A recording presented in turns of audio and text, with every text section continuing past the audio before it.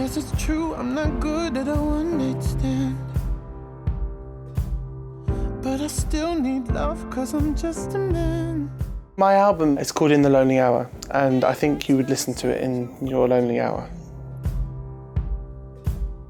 I don't want you to leave, will you hold my hand?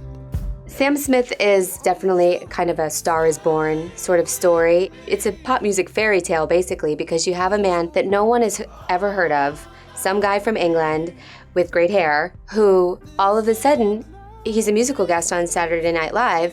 On the surface, Sam Smith is probably not a likely candidate to be a pop star, but I think that pop music is becoming a really interesting landscape that is allowing for the unexpected. When you have the Adeles and the Sam Smiths, or like the Ed Sheerans, you know, who come into the market with something that seems different than what we've all been used to, but they're also giving us something that we didn't know we wanted. Oh, won't you stay with me? Stay With Me has the universal appeal in its message. It's obviously a song that can translate to a lot of different listenerships, be it R&B, even gospel, mainstream pop. In terms of its message, it's for everyone. It's for wanting somebody to just be there for you and they don't care about you in the way that you want them to. I've never been in a relationship before, and I fell in love with someone who didn't love me back last year, and I really went inside myself, and I wanted to write an album for lonely people, because I don't think there's been enough music out there that talks about unrequited love. Stay with me.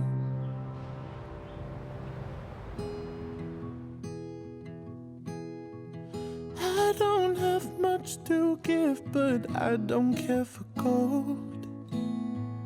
What use is money when you need someone to hold? The Leave Your Lover video is Sam and this girl and this guy, and they all have this relationship, but then it all kind of falls apart, and you don't know whether like Sam was dating the guy or Sam was dating the girl, or it's about how sexuality is fluid across everybody. Sam Smith plays his sexuality in a really subtle way, and I think that somebody probably gave him that advice in terms of not trying to turn off certain fans. I'm not saying he's not proud. He's very open about it in interviews. In his Fader cover story, he came right out and said everything that the album is about. Set my midmates are afraid.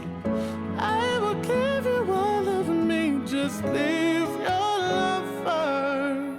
Certainly it added to the story, and it added to the interest around Sam Smith that he was a very rare artist looking for a pop audience, was brave enough to, from the top, put himself out there as a gay man. Sad to say, those are still brave things these days.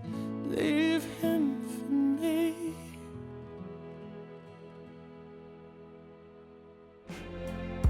You say I'm crazy, 'cause you don't think I know what you've done. The video for I'm Not the Only One with Dana Agron and Chris Messina follows these two people, one of whom knows that something is going on behind the scenes.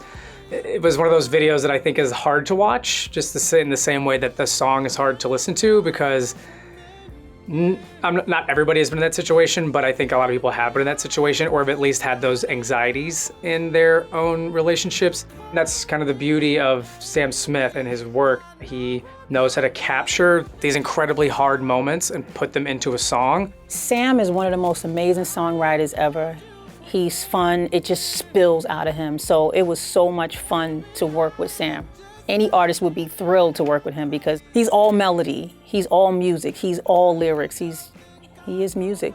Recording for me is second nature. I've been doing it since I was 12 years old. What surprised me was just the songwriters I worked with. I got put in the room with the best songwriters of all time. I got to work with geniuses like Egg White and Fraser T, who have written songs on my album, and then also seeing new talent like 2 Inch Punch and Jimmy Napes, who's the songwriter who's written most of my stuff with me. And it just feels like that whole experience of just letting out your feelings to these people, and I feel like I've gained loads of friends. I know I'm not the only one. The truth is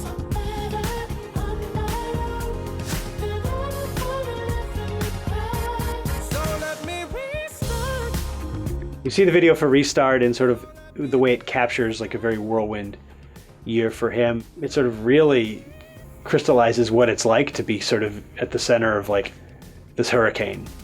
It's cool to see that he was happy and having good moments.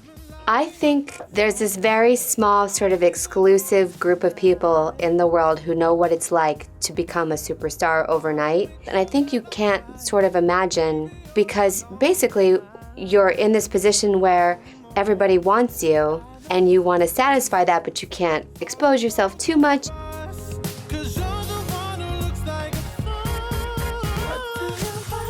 I think songwriters get a bit shocked with me sometimes, because I will sit in there and I'll literally tell them my deepest and darkest secrets, because I've got nothing to hide. And I struggle with that now, actually. Everyone working on my team is like, Sam, shut up. Because I tell people too much and I'm too honest sometimes.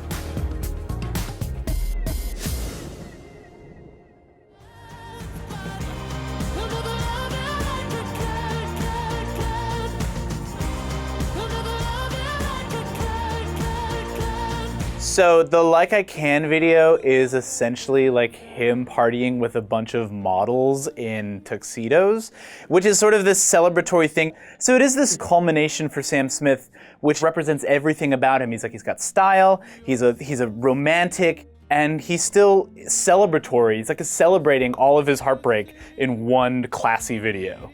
I think he has an excellent chance of winning Album of the Year. I think that people really appreciated his voice. I think that Sam Smith is really being celebrated for who he is, and the music is amazing. It's undeniably one of the best albums of the year. The Grammys totally got it right on this one.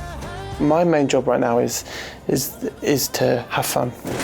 I've created the best album I feel like I could have, and all these awards are amazing, and for me they're just a great platform for the music, and it just means that my music is going to get heard by more people. I'll never love you like I can.